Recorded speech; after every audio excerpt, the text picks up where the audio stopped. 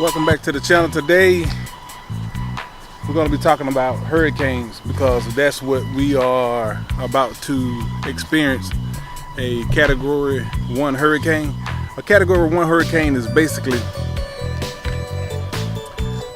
64 to 74 mile an hour winds. It's really not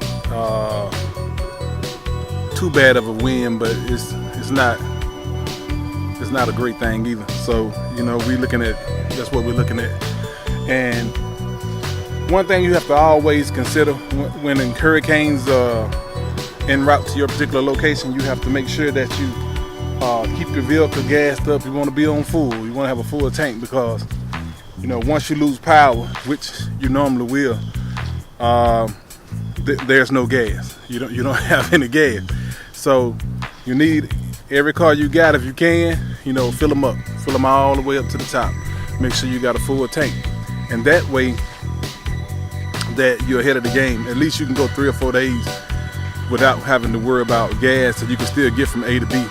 Also, if you got generators, you want to fill them up. And you need at least about anywhere from 10 to 15 gallons of extra gas. So you always want to have that, in gas jugs at your house for the generator. If you have that type of generator, if you have a home generator that's attached to your home, then you're great because you got gas from the gas company. You don't have to really worry about that. But for the ones that got the portable generators, you have to have at least 10 to 15 gallons of extra gas on top of your vehicles being filled completely up with gas. Right now, the weather is not that bad. It's pretty calm. The only thing we got, every now and then we get a nice breeze. The wind, blows pretty well.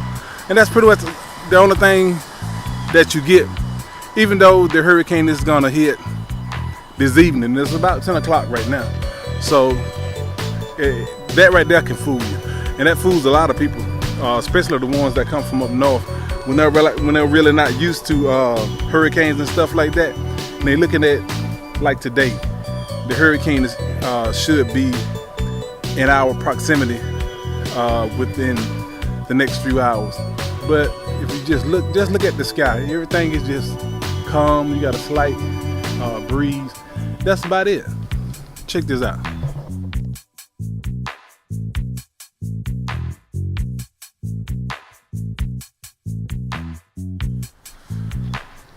And that's about the only thing that you really are concerned about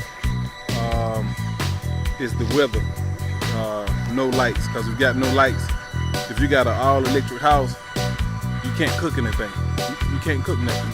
You don't have hot water if you have an all-electric house. I know they have all of us move toward electricity, and it's safer when you just have an all-electric house. But if you have a power outage without a generator, you pretty much out of luck for a whole lot of things. So you got to have a portable generator, at least a portable.